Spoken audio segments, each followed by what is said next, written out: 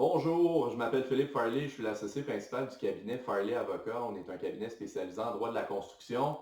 Avocat avec un S, construction.com, notre site internet. Je vous invite également à consulter notre page Facebook. On est en contexte de crise COVID-19. La construction est arrêtée depuis plusieurs semaines. Le gouvernement du Québec vient d'annoncer une reprise très partielle des travaux dans l'industrie, notamment dans le secteur résidentiel.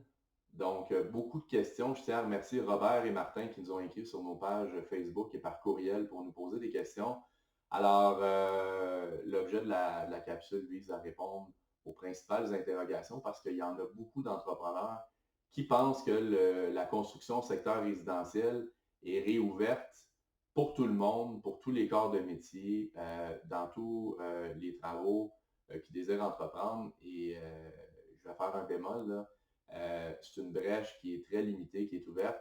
Alors, on va lire ensemble le communiqué, parce que je vous l'explique d'emblée, là. Mon opinion n'est pas basée sur un texte de loi, mais plutôt sur des articles de journaux, des communiqués que j'ai lus sur les différents sites du gouvernement du Québec. C'est pas clair, je vais vous donner ma propre interprétation. Vous tirez vos conclusions vous-même relativement aux extraits que je vais vous mentionner. Je vous invite, on va regarder tout de suite, je vous invite à taper sur Google Québec service prioritaire construction. Vous allez tomber sur le site officiel là, du COVID-19. Et puis, on a un menu déroulant.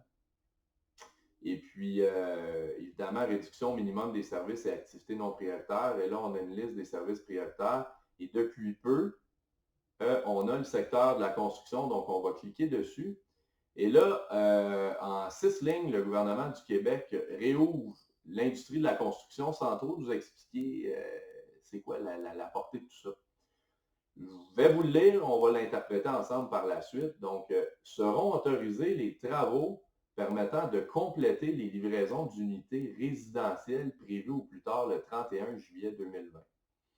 Alors, les travaux qui reprennent, à mon avis, doivent servir à compléter la livraison d'unités résidentielles. Donc, résidentielle, je me suis fait poser la question, est-ce que ça inclut le lourd et le léger?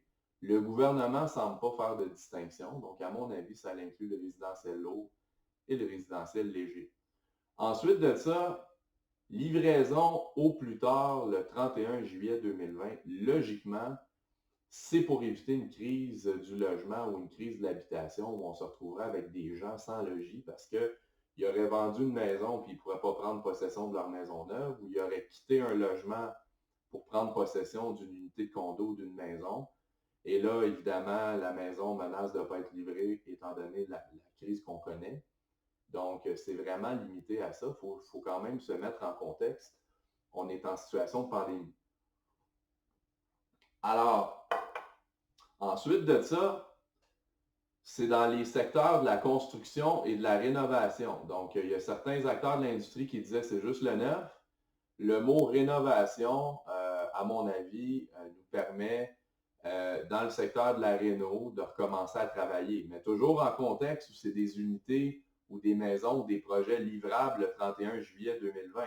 Donc, logiquement, et puis, je suis d'accord avec les principales associations patronales qui ont émis des communiqués. Il faut que les travaux aient été commencés avant l'arrêt complet des chantiers. Donc, évidemment, vous avez une réno qui est signée, mais qu'il n'y a rien qui a été fait. Évidemment, on ne rentre pas dans la maison, puis on strippe l'unité, puis on la commence.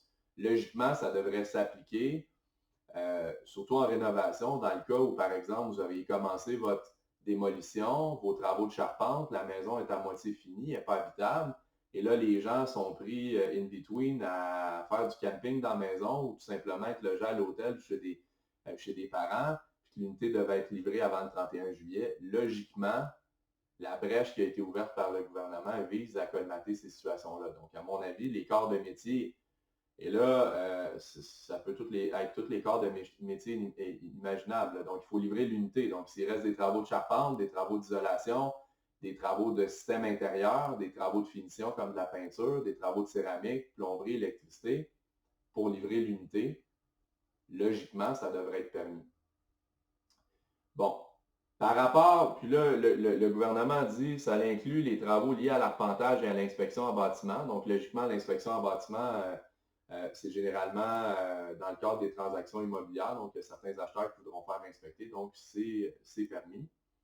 Alors, ça s'arrête là. Donc, l'institutionnel, l'industriel, le commercial, le génie civil, pour l'instant, ça reste fermé. Pour finir la chronique, et là, on va lâcher le texte.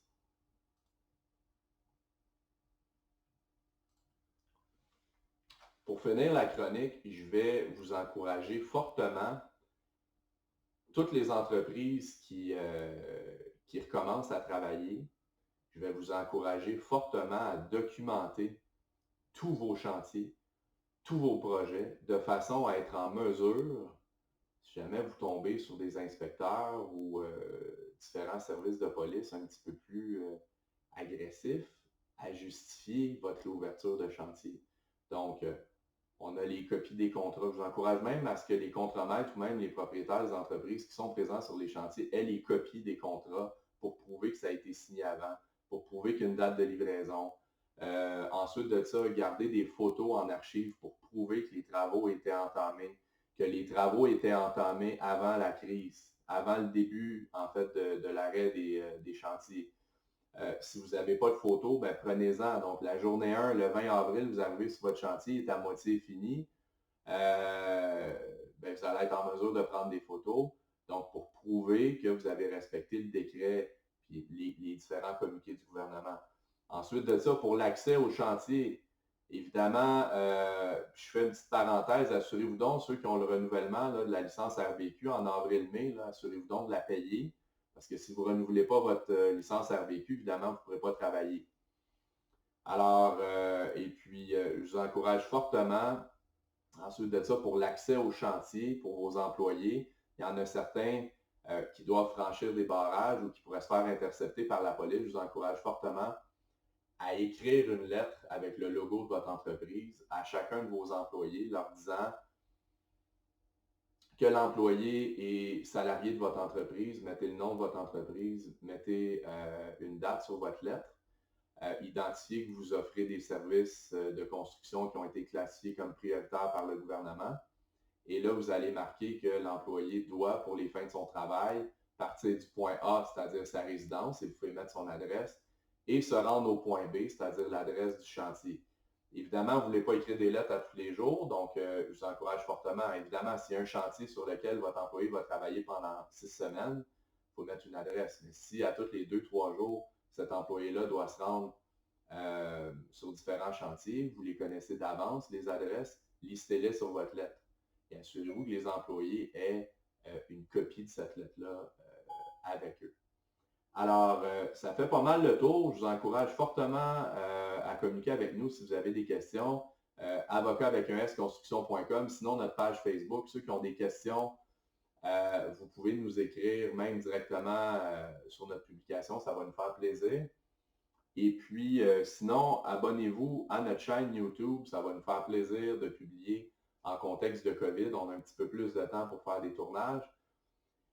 Et je vous encourage, un de mes partenaires, très important partenaire d'affaires de mon cabinet aussi de l'industrie, gestion, solutions, construction, il offre des formations en ligne actuellement qui se font à distance pour l'obtention de votre licence. Donc, ceux qui pensent se lancer en affaires, évidemment, ça va vous prendre une licence RVQ pour exercer dans l'industrie. Communiquez avec eux.